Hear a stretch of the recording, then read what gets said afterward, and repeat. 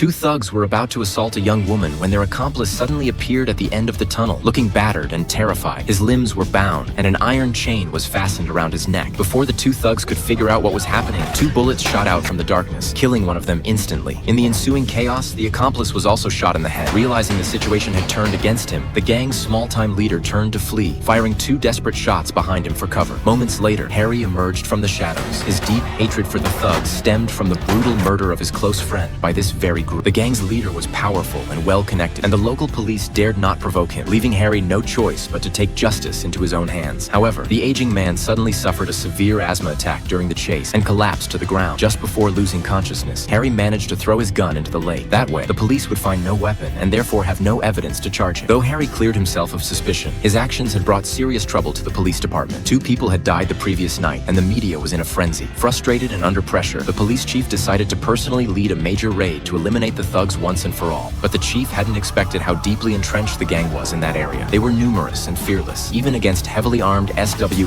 officers. Soon, an intense gunfight broke out. A female officer and her partner attempted to flank the gang from behind, but midway through their move, they were involved in a severe car accident. Fortunately, at the critical moment, Harry arrived and rescued them, taking them to a local bar he often visited. Knowing the bar's owner, Harry believed the place would be safe. However, while the owner stepped out to call an ambulance, the female officer revealed a shocking secret. After months of investigation, she had discovered that the reason the thugs were so arrogant was because they were being directed by a shadowy mastermind, someone who stayed out of sight while orchestrating all the illegal operations behind the scenes. That man, she revealed, was none other than the bar's owner. Stunned by the revelation, Harry grabbed his gun and rushed to the warehouse. There, he found the bar owner communicating with his men. Coincidentally, one of them was the last surviving killer of Harry's friend, the very man Harry had failed to catch that night. Harry could have ended it right then, but at that moment, his asthma struck again. Seeing his weakness, the bar owner swiftly disarmed him and struck him hard in the ribs. Meanwhile, as the female officer tried to call for backup, the gang spotted her before she could reveal their location. She was knocked to the ground, unable to fight back. Harry was thrown out of the bar, and the gang leader gave the cold order, "Leave no one alive." In front of Harry and the officer, he suffocated the wounded policeman and then ordered his men to strangle the female officer. Fortunately, Harry had one last move. He secretly drew a revolver hidden in his pant leg and fired, hitting one of the gangsters in the artery with deadly precision. Although he managed to save the officer, Harry was shot in the shoulder by the bar owner and lost his ability to move. Just as the boss was about to finish him off, police reinforcements finally arrived.